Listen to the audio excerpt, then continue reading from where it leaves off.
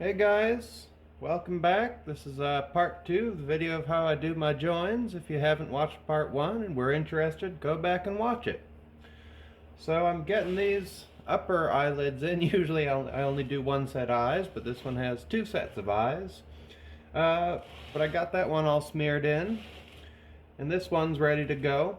So you see I've let it set a bit until that slip isn't so sticky. Now if you do it, if I smear it in right away while that slip is still sticky, it tends to kind of tear out a little bit. But if I wait just a little while, it really stiffens up and kind of normalizes and makes it smooth in a lot nicer and gives me a very strong joint. I almost never get cracks.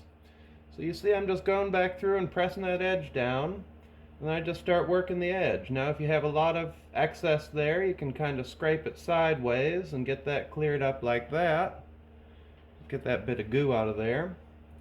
And then press it back down, press the edge back down. We just want a nice clean join here. So just keep working it in until it's nice and clean. And if there's a little bit of mess, that's no problem. We're going to take care of that. So then I come in with a sponge. Now I don't want a sopping wet sponge, I just want a damp sponge. And if it's a little bit dirty, if the sponge is a little bit dirty, if I'm not using clean water, then it brings up less of the grit. You know, people say, oh, your pots are so smooth, but really my clay is quite gritty. I leave a lot of sand in the clay.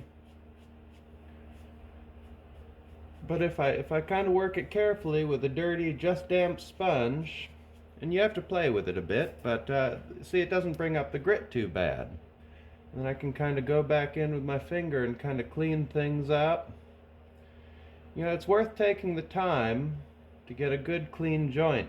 You know, these face jugs take a lot of time, but it shows if you don't take the time. So it's worth just, you know, like they say, a stitch in time saves 9 in the bush. And it's better than trying to clean it up when it's dry, or having to deal with a crack later on. So you see there, that's nice and smoothed in. Now usually what I do with eyelids is I kind of go and I'll let that stiffen a little bit more, and then I'll kind of reshape them, reshape up the edges of the eyelids a bit.